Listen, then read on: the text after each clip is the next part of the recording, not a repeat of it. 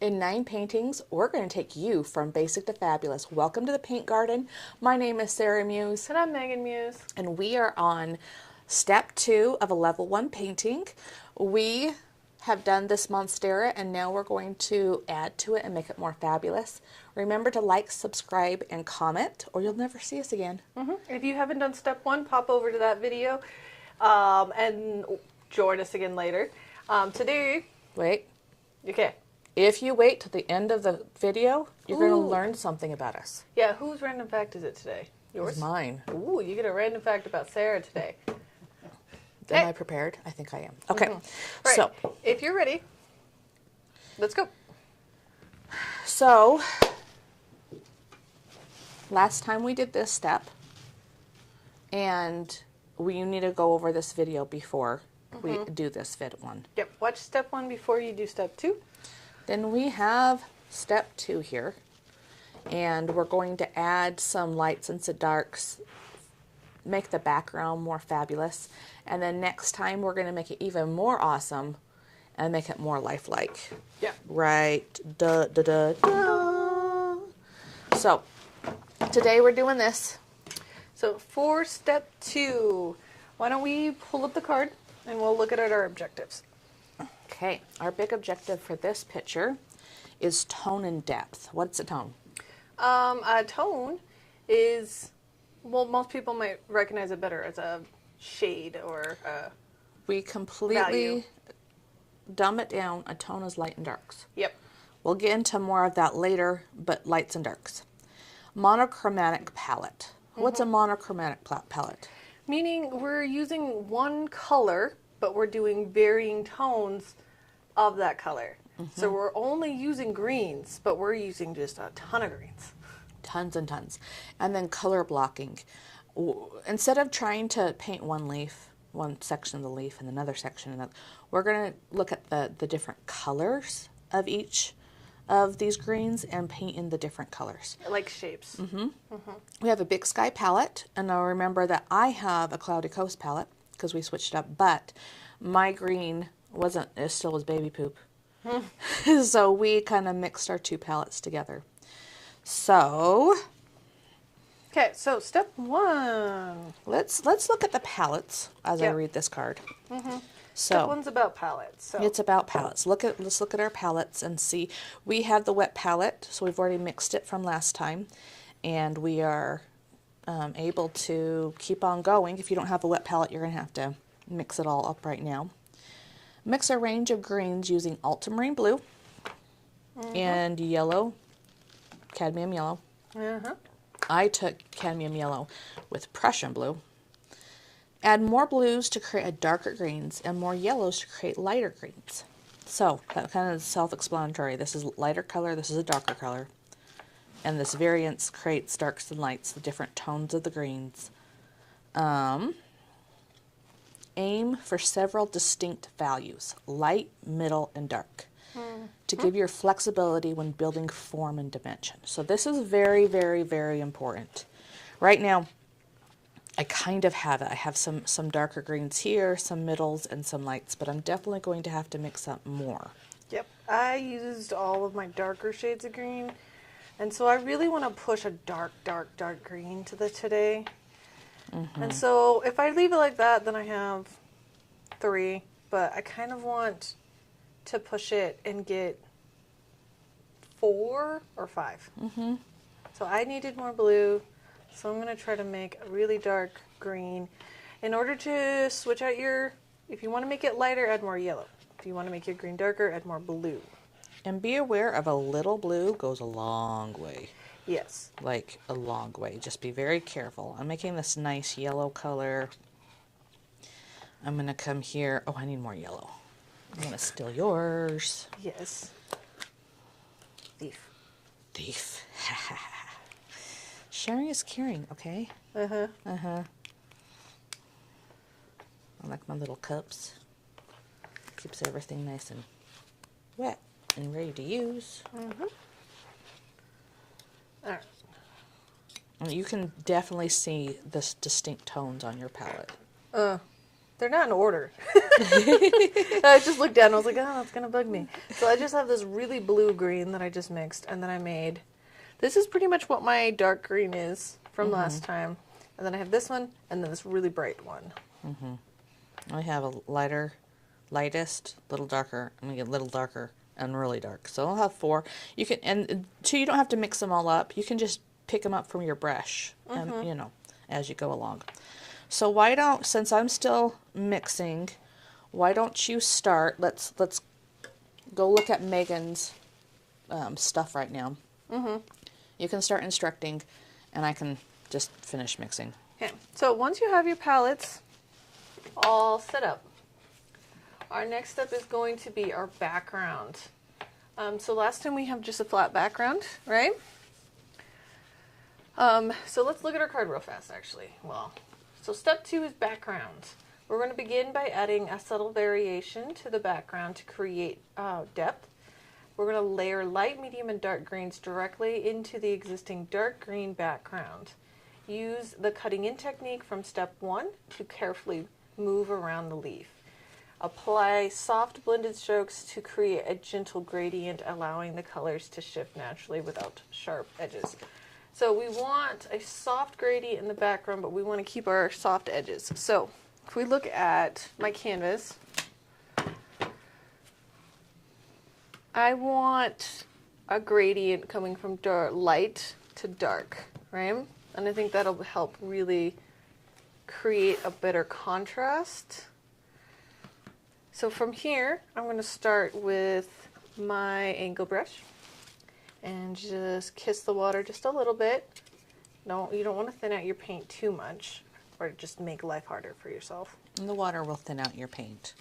But before you move on, Ron, can you look at my palette? I want people to appreciate all that hard work that just happened there. Yeah. Yeah, look at my palette. It has like light, a little darker, a little darker, a little dark, darkest. Yes. Woo.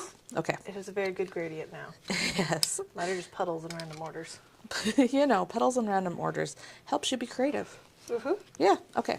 So do you want to just join me on this step? Yeah, I'll just join you on this step. So we're creating a gradient in the background. Okay. Angle brush. So officially step 2. Step 2. Background. Creating our gradient. So we're taking our angle brush, starting with our lighter green in the top corner. We're going to go from light down to dark. Okay, so let's look at my canvas. We're going to come here, light into dark. So I'm going to start at the top, and I'm just, whoa. I know. And I'm just, whoa. That's light. It's really light, That's but okay. we're going to pull it out, and we're going to do this while it's still wet, and without cleaning off our brush, jump straight into the next color and let them mix in slightly. And that is the key there, is don't wash out your brush between this. And I might even add a little bit of darker as we come along. And we're going to cut along the edge like this. Now he's kind of mixing in. That's totally fine because we're going to put a lot more on him. I'm going to come and get a little bit more green, dark green. And I'm just going to come and mix it. And I'm going to keep my strokes like crisscross. Gonna come here, crisscross, not really flat, smooth strokes, because that creates an artificial background. If you vary at your strokes, it creates a more realistic, nice background. I think I'm realizing too on my palette, I'm gonna need even darkers. I'm gonna come and grab a little bit more of that blue green and really make it dark. Now, something to note. Acrylics dry darker. So all of this will be darker once it dries. It looks like it's more like this, like the leaf, but it will dry darker. Yes, when we are with adding tones to our leaf, we're going to make it pop out more from the background. So if right now you're freaking out going, it's the same color as my leaf, I'm losing my leaf. It's okay. It's okay. It is okay. And then we can come here, and again, don't make it all the same. Don't over mix this. Keep adding variety to that background, right? Like, I'm going to take here and just add that little bit of on my brush. And keeping your strokes loose, not blended. I'm going to darken it up here. This is going to be the lightest. We're going to go into the darker. And I might leave a little bit of that outline. Around your leaf? Thank you. Finish my sentence there as I'm concentrating. Yeah. And we're going to add, at this point, do we add the shadow or is that step number 3? I think it's 3 that we had a shadow. Yeah.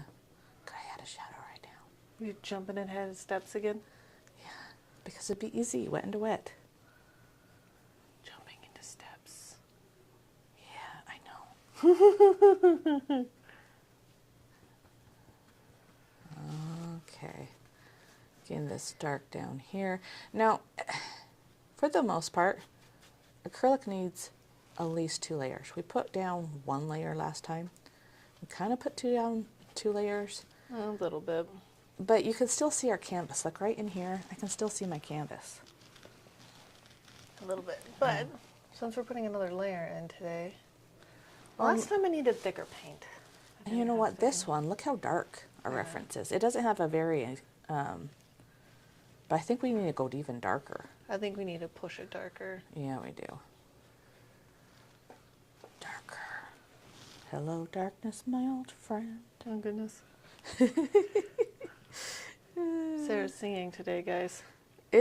I walked in singing. She did. And it happens. Normally I have a strict no singing in the morning policy, but today was okay. Was it okay? Okay. I've been awake a long time. I've already gotten past the initial no singing phase. Right. I need at least no singing within the first 3 hours of Megan being awake. It's already past that. It's fine. Okay, speed up time. The rest of you, that is not live. This will just go by fast. Yeah, usually if I'm stressed or whatever, don't have enough sleep, I just overcompensate. And then it makes Megan mad. Usually. Yeah. But Megan's been awake a long time. You had a kitty cat to spade. Yeah, I had to take my cat in for her spay appointment. And so I've been up. So I've already had breakfast and coffee. I did errands. You not only coffee, but go inside, talk to somebody, wait, kind of coffee. True. And it was nice because there's nobody else in there. And then the barista was really chill. Nice. I think it's nice to have chill baristas. Uh-huh. Especially when it's early. Coffee shops in the morning without anybody being there is peak time. Peak time when nobody's there? Exactly. I love coffee shops. I just don't like dealing with all the people. People. Mm-hmm. I want to sit and drink my coffee in peace. Well, yeah. I'm going to make one, see how far I can push this green. I feel like if I add too much blue... Well, look at the reference. It's pure blue. Is it pure blue or did she add umber to it? I feel like she might have added some umber to get it that dark. Should I try to add some umber? I was trying to avoid adding umber or white because we're going to need to in the next one, but we might need to. Put that in the wrong spot. Okay, let's see. If I add even more blue, how dark can I get this without it just turning blue? Let's look and see if... See, this is a speed up version, so we can have time to experiment. Because I feel now it's just blue. Well, maybe. You have a different blue than me. Yeah. Yeah, you're going to have to add umber. Uh-huh. Yep. Okay. Okay, so I went and talked to the Muses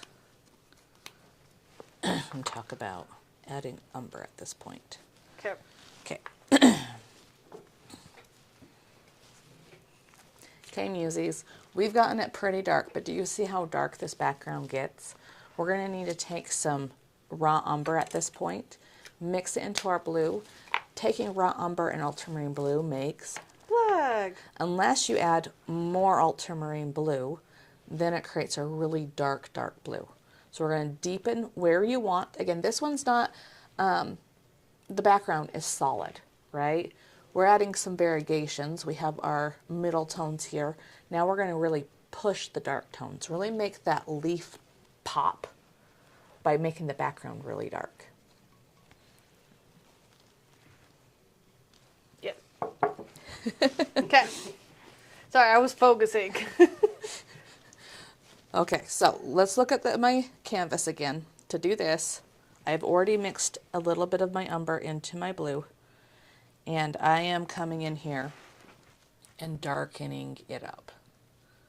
I'm doing a wet into wet technique so it blends in and gets some variegation. Variation. Sorry. Huh? What is it? Variation. Variation. Variegation is with leaves. This is a leaf, so. It is a leaf. I'm thinking leaf.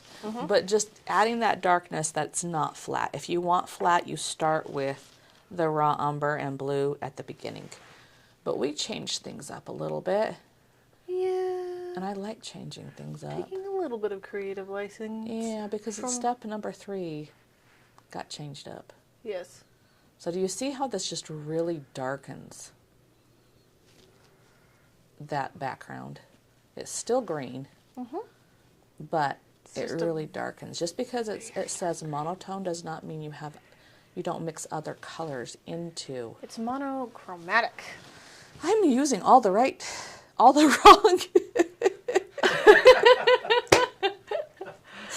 the right terms. Wow, today. This is what happens when you have little sleep and lots of caffeine. Monochromatic doesn't need to be boring, right? It just gives you the opportunity to really play with all of your tones and the varying different shades that we can get within a single color. Now, I could sit there and play with this background in a million ways, but I am going to now change my leaf, and it's going to make the background work or not work. So I'm going to do this and then leave it alone, knowing I will come back to it. Yep. Because you can sit there and mess with something, make it perfect, and then it doesn't look right once you start finishing the painting. It's important to work the whole thing at the same time. Okay, so Muses, look how different and beautiful both of ours are. Both of our paintings are, yes. You have this where it's completely dark all the way around. You have a nice subtle fade in the background, and this is just my brain. Yeah. So now we're going to look at this right here. Let's get close. You come here and we're going to add some highlights to these veins. We're going to have the dark tones and we're going to have the light tones. And see, we're going to still leave some of it poking through before, but we're going to create that depth and form by really popping the lights and the darks, doing another second layer of awesomeness here. If you notice, it gets really bright here at the middle of it, and then it kind of fades out, right? And here again, we have a little bit darker next to a little bit lighter. The key here is not over blending. Can I say that again? Not over blending. That's the death of this leaf, right? So, what are you saying? I accidentally put too bright of a color down. Too bright. Anyway, okay. Okay. So, moving on to step 3. Let's look at the card. Let's look at the card. using your angle brush, so we're still using your angle brush. We're probably going to have to wash it out, this part. Begin to add darker green tones to areas of the leaf that appear dimpled, folded, or recessed, which are typically closer to the center of the vein. So find the center of your veins, look at your reference, and it's going to be darker in there. Apply lighter green tones to the outer edges of the leaf would naturally catch the light. Use short, controlled brush strokes to block in these values and avoid overblending. It's in the card too, people. Yes. We are not going to overblend. Avoid overblending so the individual tones remain visible and create structure. Okay. So, Dark tones first. let's look again. Right here, Musies.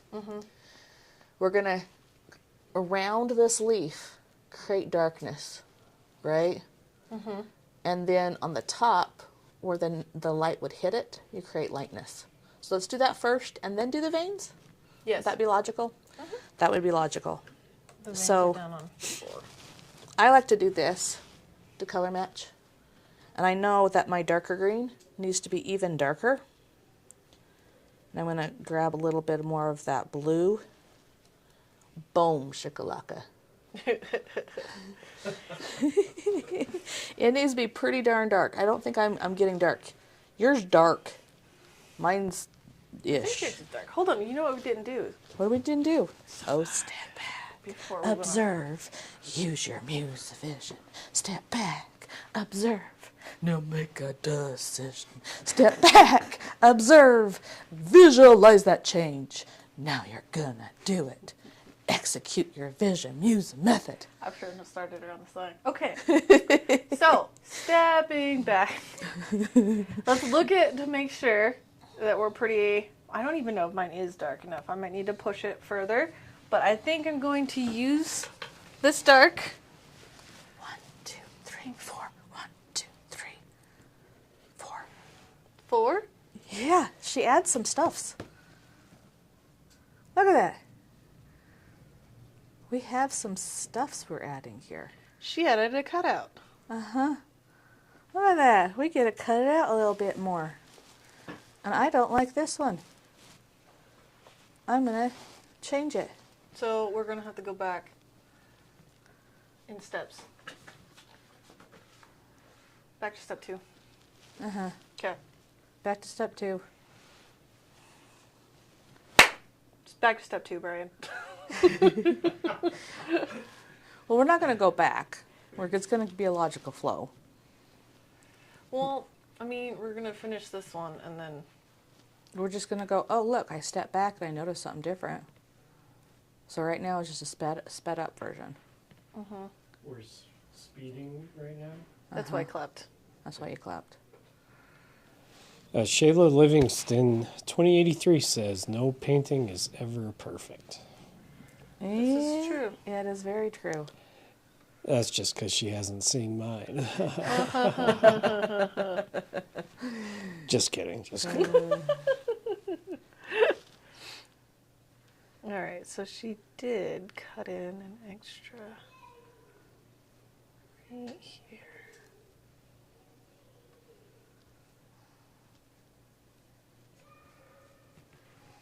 Okay. You can hear kids in the background just having fun at the mall. You hear that? Mm-hmm.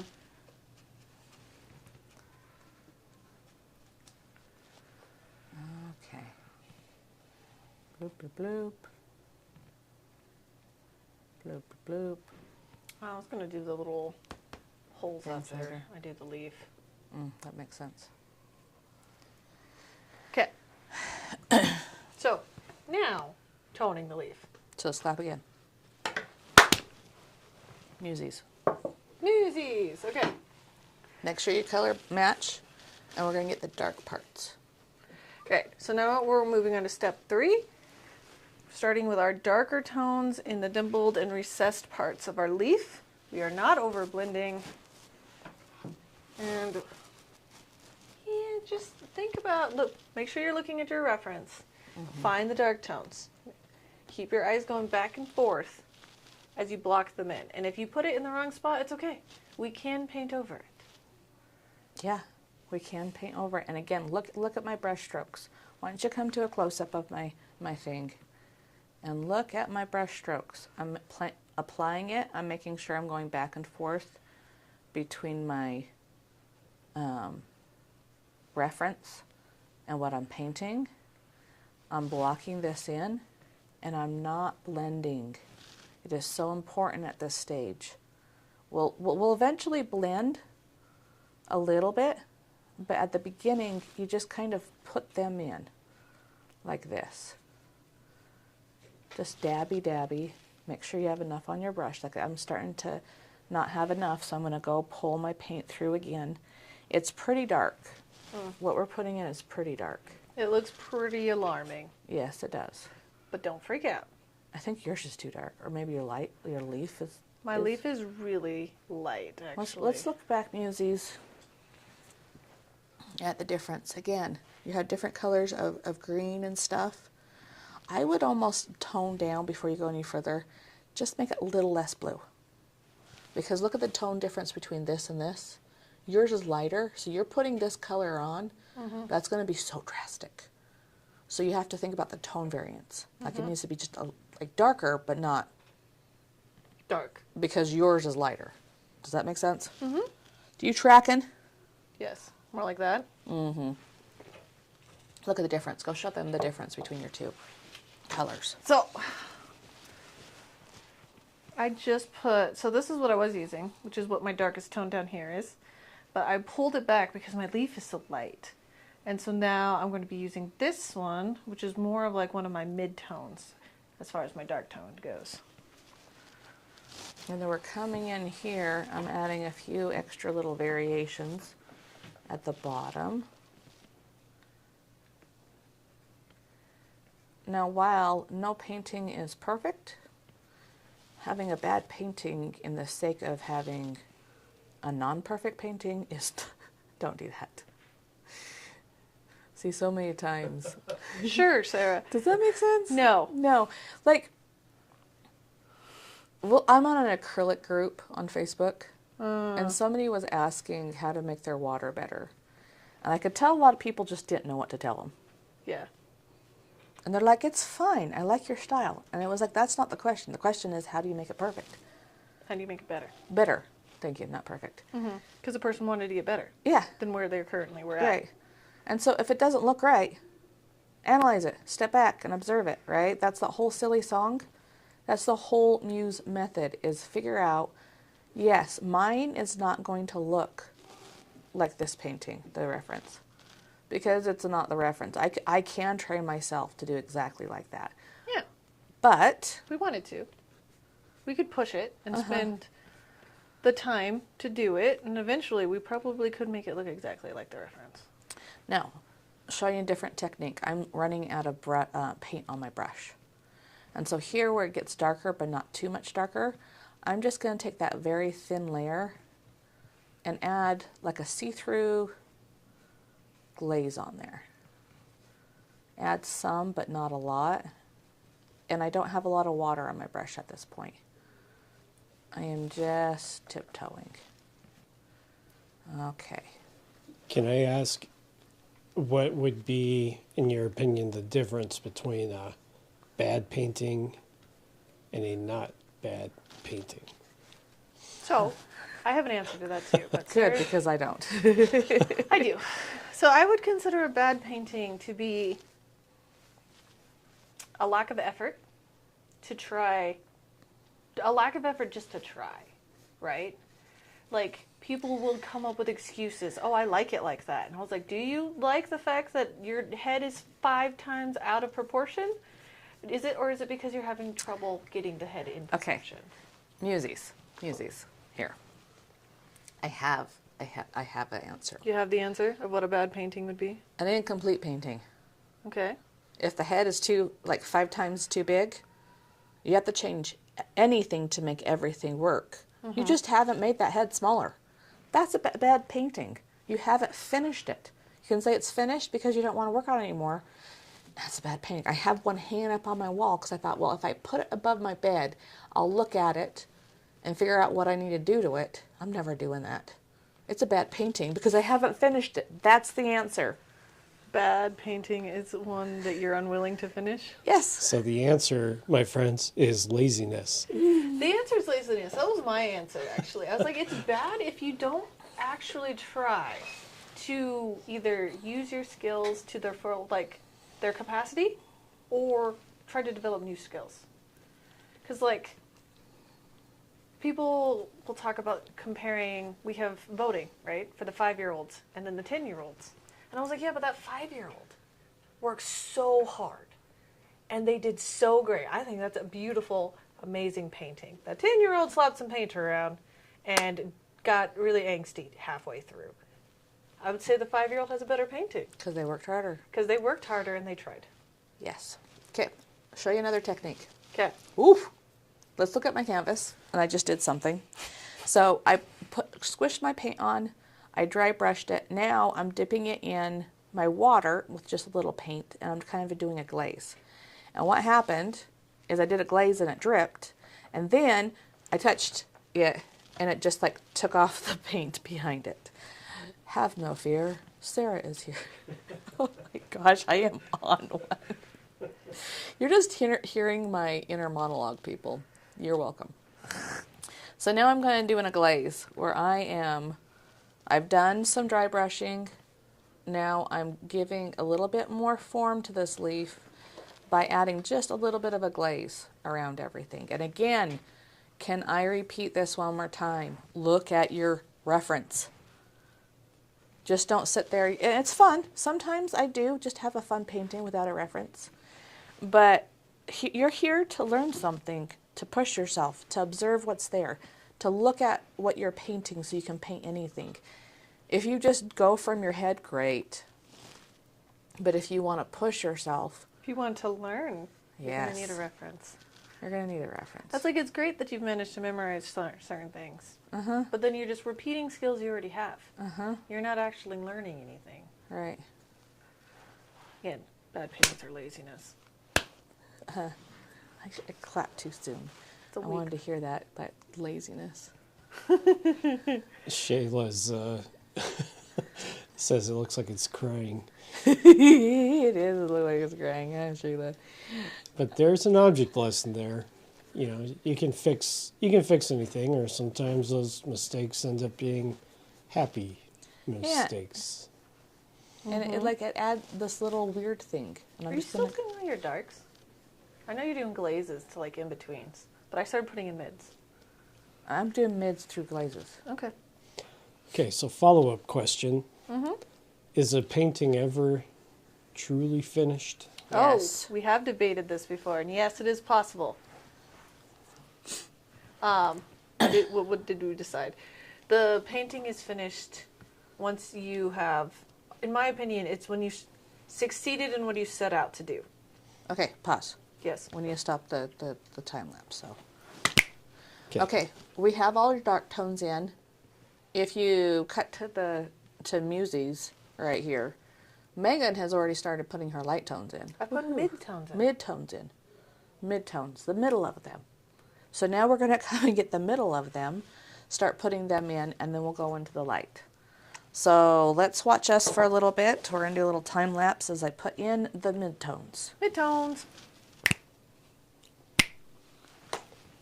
Okay. Okay, so follow-up to my follow-up. Can an artist ever get to the point where they can just draw or paint from their mind and have it look good without a reference? Oh, it can definitely look good. I've seen tons of people who have memorized certain shapes, and they can draw out of their memory just fine. However, like, you draw faces, I draw faces. I can draw a face out of my head, and I can paint it, and I can tone it of some imaginary light source, right? And it'll look like a face, and it'll look fine. But it won't look nearly as realistic or lifelike as if I was staring at somebody's face, right? It would just look fat. Or like the AI-generated faces. Yeah. Be a little off, right? Yeah. So you can, and it would look good, but it's not going to look as good as it could. Gotcha. And I feel like some styles and stuff, like that's true. sometimes it's not supposed to look good. It's supposed to look off. That's true. And I guess it does depend on what style you're going for. I automatically think of just like, That kind of sounds like the kid who says, I like it when the head is 5 times too large. that's their style. And that is fair. There are certain styles that you don't need hyper, like, more realistic or lifelike. But, I don't know. Yeah, I guess it sort of depends on the level of realism you're going for, because like animators or cartoonists, generally you don't need like a real life reference to be able to draw a figure that looks good. But they still use references like for their own characters, you know, like animation sheets, like character sheets. And they use a lot of pose references Yes. Yeah, that's true. to look at how the body actually moves, and then they translate that into like the animated style. So, like, And they draw, that's the thing is, like Gracie's in that fancy animating school, and she came home over the summer. She had to fill a sketchbook with one thing, like chickens. And so she had to draw them over and over and over again. I'm trying to think if she had references or she had just like, Drawn chickens from her mind.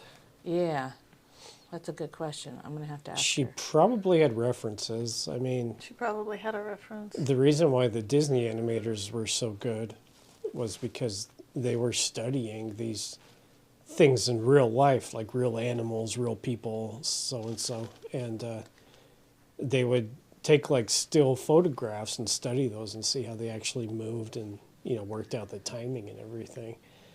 So I'm assuming they're probably making her use reference when she's drawing all those chickens. Because otherwise, how can you get good at drawing Right? You something? needed to practice what the shape is. Okay, Muses. This might be how Van Gogh lost his ear.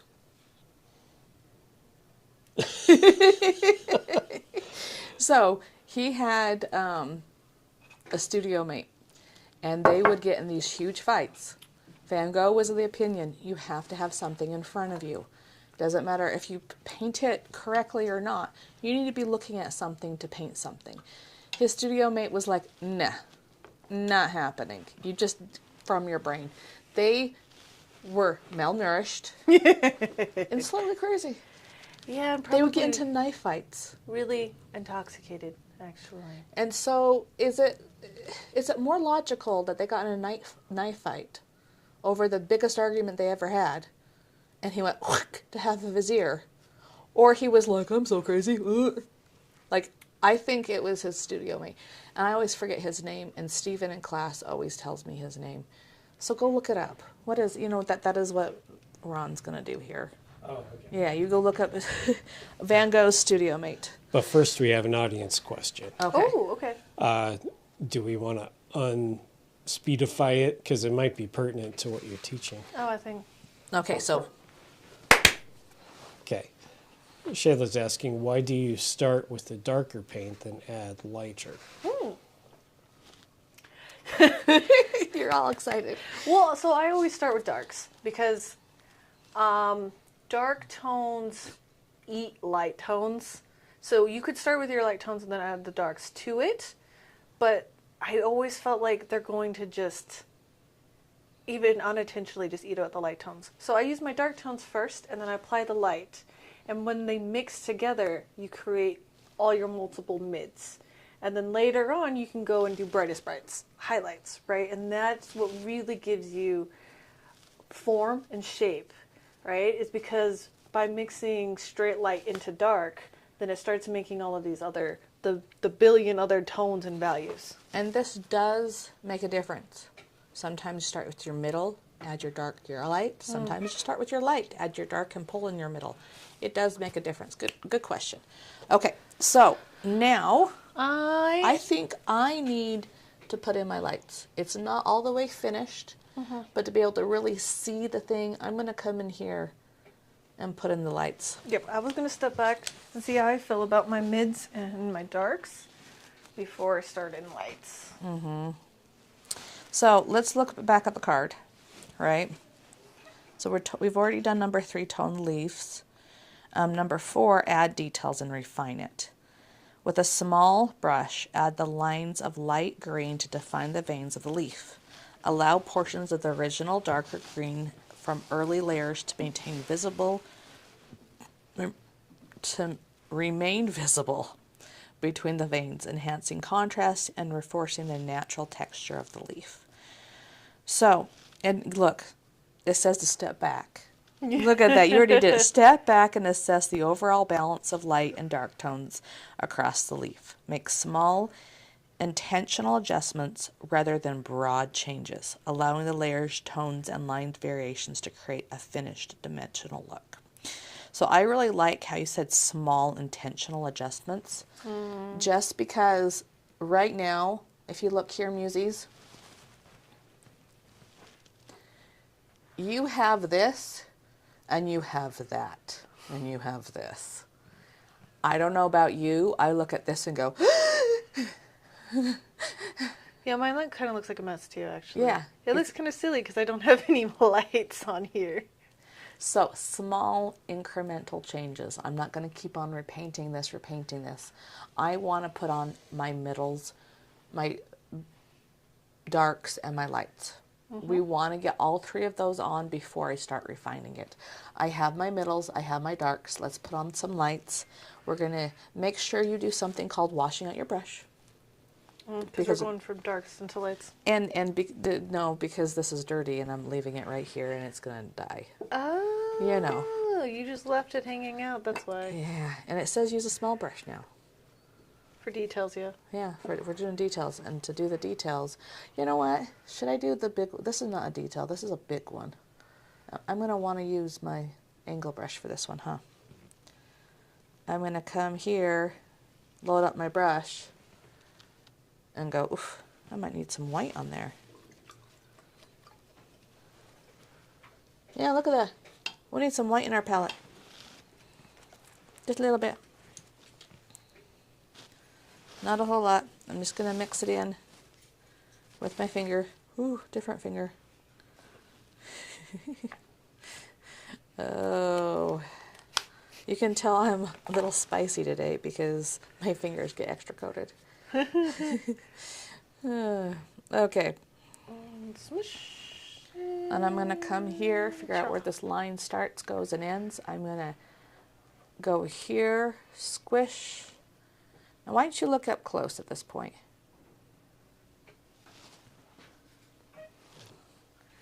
Now, oof, I add that white and it feels very light. Yeah, I went with yellow. And if I need to lighten one more time, I will.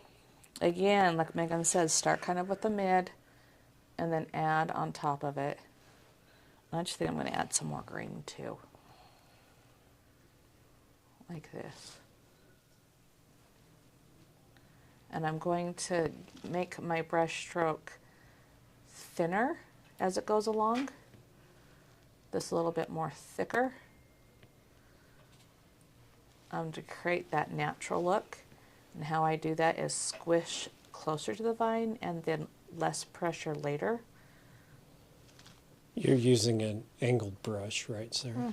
Yeah, look how much I have gotten a use out of this angle brush. I've done a whole heck of a lot. Done the whole thing in just one load of that brush. I did 2, 1 or 2 loads of that brush.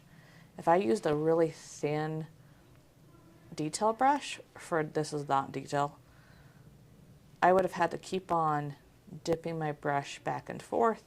My lines wouldn't be as smooth because I'd be going sh, sh, sh, sh, sh. I'm just pulling it down and fighting the monster inside of me that goes, ah, yeah, this looks kind of crazy. It's very bright, but you hadn't put the light tones onto your leaf yet. Right. So now I'm going to come here, and if you look at my palette, you have a nice variety of darks and lights and lights and darks. and I am going to load up a light.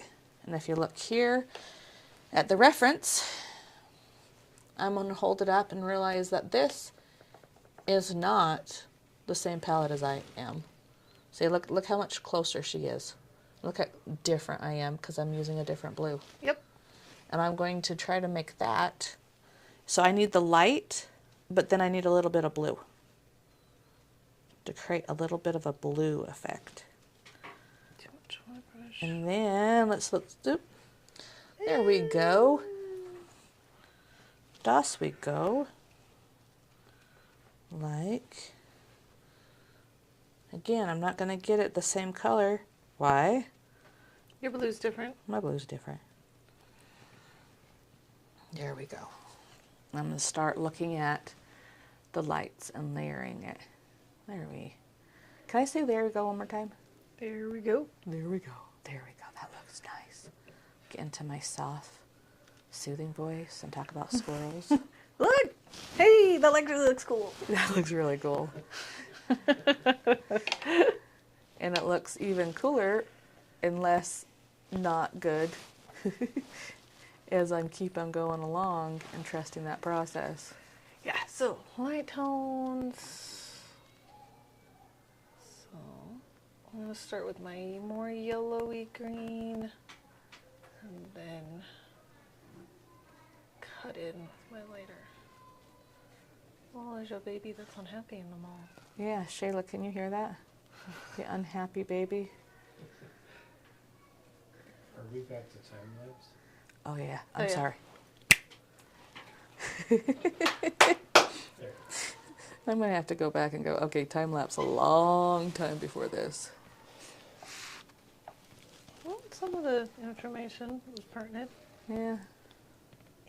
My stomach's starting to make random trumpet noises as if I was on a first date. I think I'm hungry. I was like, What does that mean? yeah. You know, yeah, when I your was like, stomach okay, like fights you, and especially like when you're recording or something, and I'm just hoping the mic's not picking it up. Oh yeah, I hate when my stomach's like going. It's like, But I ate breakfast today before recording, so it should be quite like satisfied for now. Peaceful. I did have a peaceful breakfast. I was like texting you while I was eating breakfast. I was like, you're texting a whole lot for getting ready. No, I was eating. You know why she was texting me? Oh yeah. You know why? We won. What did we win? We won the Community Choice Awards for Ogden. For the best art lessons. The best art lessons. Aren't we cool? We are very cool. Like, second year in a row. Mm-hmm. Truthfully, it's kind of like one of those things, though. No, never mind. I'm not saying that. My favorite thing is when Sarah half starts a sentence and then she's like, you know what? I'm wondering. That's an inside thought. Yes, yes. It happens a lot. Way to self-censor. Don't let the intrusive thoughts win. Ron keeps on saying that in class. I'm like, shut up, Ron. You are so right. But shut up.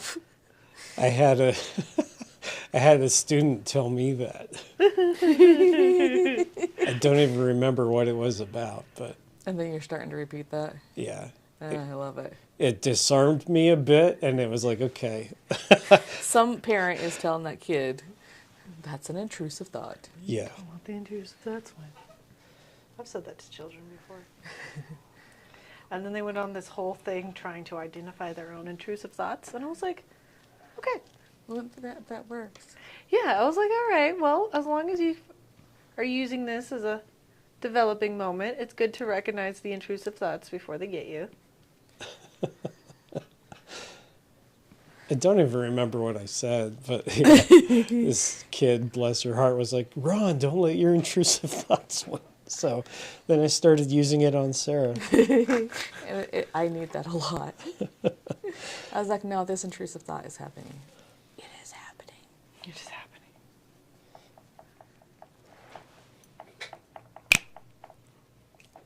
Okay, so here I am softening things at this point. I am softening only 25% of my hard edges. And how I'm doing that is I have a dry brush. I haven't picked up more paint, and I am just squishing it around. And the paint is almost dry, but not quite. And I'm smoothing it. I still have paint on my brush, but not a lot. And I'm just deciding where to smooth it out, like this. Okay, I am noticing that, you remember how we talked about not really finishing your background? Like my eyeballs on this thing really need to be darkened. I really need to put my eyeballs back in. You can't see them at all right now. And we're just, don't overblend. Don't overblend. But this is where we start blending. And I'm coming here and really making that line nice and smooth. And I'm not going like trying to do it this way. I'm pulling that brush through. Like that. Okay, I'm going to soften this down by just painting. Again, you can barely feel the paint on my brush. Barely see it. And just blend it. Oh, that was bright. Dry blend it. You could do a wet into wet, and this is dry brushing it. Okay, Muses. Okay, Muses. Okay, Muses. We're on Muses. We're on Muses. This point, I'm going to step back. Small, incremental changes. It's very important to use the Muse method and really step back and analyze your work. We had that jingle before, but technically it's step back, observe, decide what line or shape you're going to change to make it better, visualize that change, and then go ahead and execute it. So, at this point, you're doing you. I'm going to go. You can watch her, and I'm going to analyze mine. Yes, so I'm using my white, my lightest tone, which is the white mixed in with one of my greens. And I am just choosing little strokes of where I want that brightest bright to be. And really focusing on my brush strokes. And I'm coming here, and I want to crisp up some of these edges. My eyeballs have really soft edges around them. I'm going to want to crisp them up and add a little bit more bright into here, right? I'm going to wash out my angle brush because, again, I forgot to do that. And then I'm going to pick up my detail brush at this point. Now, I love these mule mugs because I can really squish them out on the texture there. And pick up my detail brush. It's going to be that darkest blue with a little bit of brown, the darkest dark. And I'm going to hold my brush a little bit closer. And again, not my fingers, with my wrist. Squish that in. So let's look at that really close with the next one. Get a really close shot. Yeah. And then we're going to come here like that. Really, really close. And do you see how deepening these really make them stand out? My paint is getting craggly, so I'm just going to kiss that water to create a smooth line like this.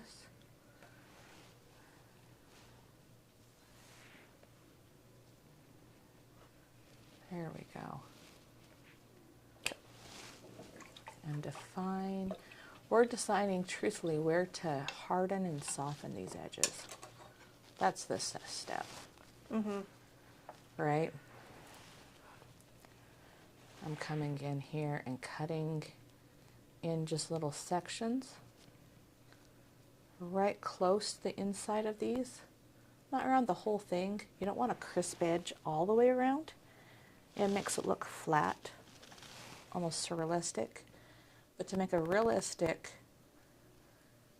painting, you need about 25% hard edges, where you have a distinct color right next to the other color, And then 75% of blurred edges, where they're just a little bit, and it doesn't have to be a huge blur, just a little bit. Like if you look right here. Do you see how there's these two colors, they don't have a defined line between them? But right here, it's very defined. And sometimes you can switch that ratio so you have 75% hard edges, 25% soft edges, or the opposite. Just depends on the look you're having. I lost one of my eyeballs. You want it. No, there's an eyeball right there. I like Megan's noises. I lost an eyeball. Had to put one back in. Here comes the airplane. Okay. Sorry. All right, are we on time lapse now? We're in time lapse, Lo. Yeah. You can say whatever you want, Ron. He's Well three.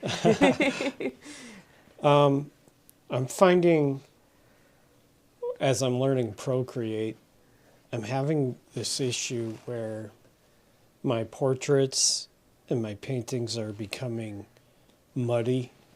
It feels like I'm kind of regressing in skill a bit, and I get it's probably because I'm learning new tools. But I'm figuring there's some like painting principles maybe I'm missing or haven't really been taught. So do you guys have any advice on that, on how to not make my paintings look muddy? I wonder if what we've done today, color blocking, might really help. Like, you normally have a pretty blocky painting style, though. Yeah, and that's what I do is I color block like tones of the face and everything, but I think it's when I'm trying to blend. You're over blending? I might be over blending. Yeah, I might actually be doing that. And it's hard for me to know where to leave the hard edges and where to just leave it alone, as opposed to like blending things on the face. And truthfully, that when you're consciously aware of big, middle, little, and 25-75 rule, it might really help. Like I don't know Procreate, but I know general rules for art. Yeah, I think it would apply here, honestly. I think it would apply for like any medium that you're using. Where to put hard and where to put soft? Yeah, so you're saying 25% hard lines as opposed to 75% soft, or the other way around? It depends on the picture. It depends on the picture. And what your painting style is. Like you have Rembrandt, and he has 75% soft, and just that 25% to really focus in exactly where he wants you to. Drawing that portrait was the worst thing ever because all of the lines are soft. Right. There's like 25% of them are hard lines. So when you're drawing it, you're like, where are the lines? Because they're all so soft. It's beautiful. But yeah, so soft, hard. It really depends. It's either one or the other. Do you want it really soft? Or do you want it harder? And then you have like Frida, who Yeah. totally breaks all of that, and she has 100% hard lines. Yeah. And that's what Surrealism kind of started to do. Surrealism I normally have a lot of hard lines in my own personal stuff. I just like hard lines. I'm just like, hard edges. But that leans into surrealism rather than realism. Because in realism, there's not actually that many real and true hard lines. Does that make sense? Because our eyes Yeah. focus. Because it's our eyes focusing. Our hard lines are normally on only whatever it is that we have direct focus on. And so it's like one of those things where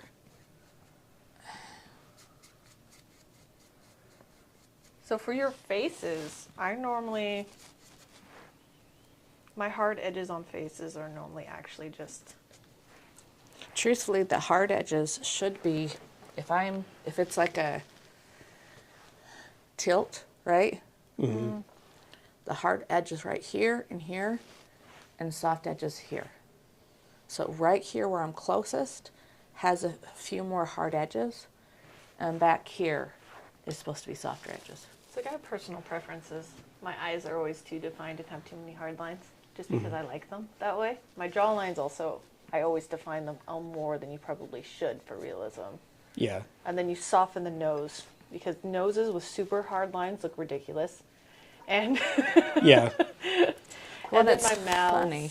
I have a hard time with mouths, so I typically make them more soft because, You're scared. yes. I was like, because if there's softer edges, then I don't need to define as much, and I can get away with like fudging my way through it. Mm-hmm. So those are my personal habits and like preferences, though. Mm. So I guess it depends. Well, and then too, I wonder, did you ever get that nitty gritty education of hard and soft edges? Was that something? For me? Because you were such a contemporary Yeah. education. I did get a lot of contemporary, for the most part, as far as line goes, because that's part of line principles, right? The concept of line. I'd have a whole class on line. Okay, just a second. Okay, in this painting, I'm adding the lightest lights. And if you notice, I'm not coming here and just making one stroke that is solid. I am variating that line weight and making it so where I want it to be emphasized, like right here where it curves, it gets a little bit bigger, and then it almost disappears into this one. This creates lots of movement in my painting and makes it like this, the form and dimension makes it look like it's actually coming to life.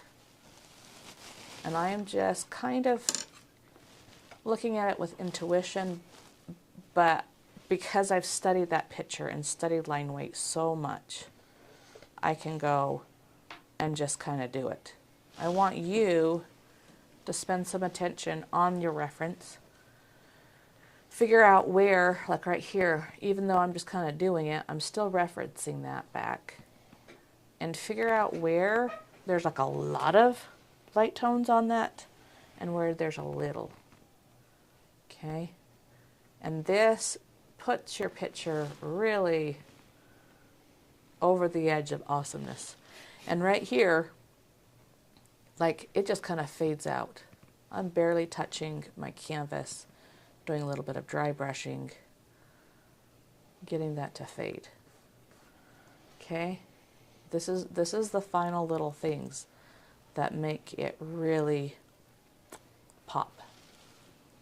And remember, it's going to dry darker. Mm. Right? Mm-hmm. Yeah. Ah. Okay, Musies. Let's look at Megan's. And Megan just put pure white on accident. Don't look at it. Don't look at it. Don't look at it. Don't. I have meant to pick up my mixed color, and then I just stuck it in pure white, and that was not what I wanted. So I am pushing it around and slightly blending it. Now you've used the rule of 75% hard edges, 25% soft edges. I'm trying. I have 75% soft edges with, like, we're opposite. Do you see the difference? Yeah, I have more hard edges. I have not blended. I've been trying to keep my chunks as much as possible. And so that's the beauty of art. Normally this is opposite between me and Sarah. She loves her little block of paint, but I am trying to be more smushy with less blendy. Because I always overblend things, so I'm trying to force myself not to. And so this is, again, your personal preference. Bad art is not practicing enough and saying it's good enough. Mm-hmm. They're completely different, but they're both good art. Mm-hmm. I like it. I like it too. I think my tones are more drastic than hers, and I like it. Yeah, Yours too. Yes. I push them to make it a little bit more dramatic, because I like dramatic tones. I'm just cleaning up my edges real fast. She likes drama. You never know it. Says the queen of Rembrandt lighting. She's doing a beautiful Rembrandt right now. And if you don't know what Rembrandt is, go get your phone and look him up. Yes. Sorry, we can't be friends if you don't mind. You know, he did most of his stuff was just ink sketches and woodblock. Mm-hmm. And then he had a few paintings, but... He did a lot of cool stuff. I like Rembrandt quite a bit. I mean, it's not like he's like my favorite of that generation of like the old masters or anything, but I do respect quite a bit of what he did with light. His sketches and stuff are good too. Yeah, I went to one of his exhibits and I was like, these are all just his sketches. This is a poor man's exhibit. I bet those sketches are worth a lot of money though. Oh, they are, and they're beautiful, but I was expecting paintings. Mm-hmm. Yeah. So. I'm fond of Rembrandt. Okay. Cleaned a little. Are we done? I think so. Are we satisfied? I think I'm satisfied. Seriously, they look like they look like a Star Wars character. A little bit. I think I might have made my eyeballs too big. They're too uniform. Yeah. Go here and just make like that one littler. It's again tweaking it just a little bit. Let's see. And then let's look. You're trying to make that dark lighter. Is it going to work? Let's see. Oh, it worked. There we go. Think about big, middle, little. We don't want polka dots. That's manufactured. That's not natural. Yeah. Just making it a little bit skinnier so it's not the same width as the rest of it. To cover that dark, I had to use really thick paint. Thick paint, like... Yeah. And I'm careful not to press too hard because it's going to lift it. Mm-hmm.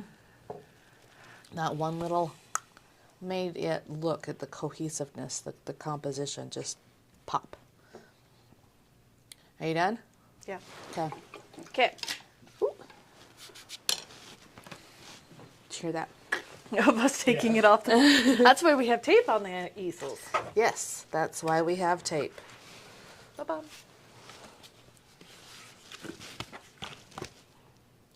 So, I like the color blocking in this one. I like the drama. I like the light to the dark.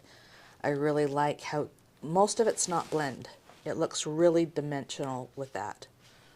That looks good. What's your success? That I kept my blocks without blending, over blending. Yes. I was trying. You did it. I like how much variance you have in your greens. And I hope it shows up on camera how many greens you really managed to accomplish with that wet on wet method you were using as you were blending. Because you created a lot of depth. So I feel like your leaf looks much more realistic. Because it has the dry brushing and the glazing and all of that stuff. Yeah, so it has like quite a bit of depth to it, and I really, really like that. It's pretty. What was your success? I like the drama. You had the light and the dark that make them pop. Mm-hmm. So, share with us your painting. We'll give constructive critiques. We'll share successes. Join the group. Mm-hmm. Remember to... Did you already say to like, comment, and subscribe? I did. But now it's time for my fun fact. Is it? Yeah. So, I grew up in the house that my grandpa built. I thought I'd be in Utah all my life. Mm-hmm. Then when I was 17, my dad's job brought us to California, then Colorado. Then I went back to California. Then I moved to Hawaii, then Nevada, Colorado. And now I've been here for 9 years. It's been really fun meeting a bunch of different people and different... You would think we're in the West. Mm-hmm. No, there's a lot of different cultures. There's quite a few. No, it's been fun. Nice. So now you know a little bit more about me.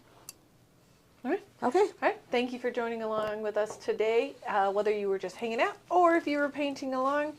And so next time we will be doing step 3 of the Monstera. That'll be on Sunday. Please join us then. And yeah, we'll see you next time. Bye-bye. Bye-bye.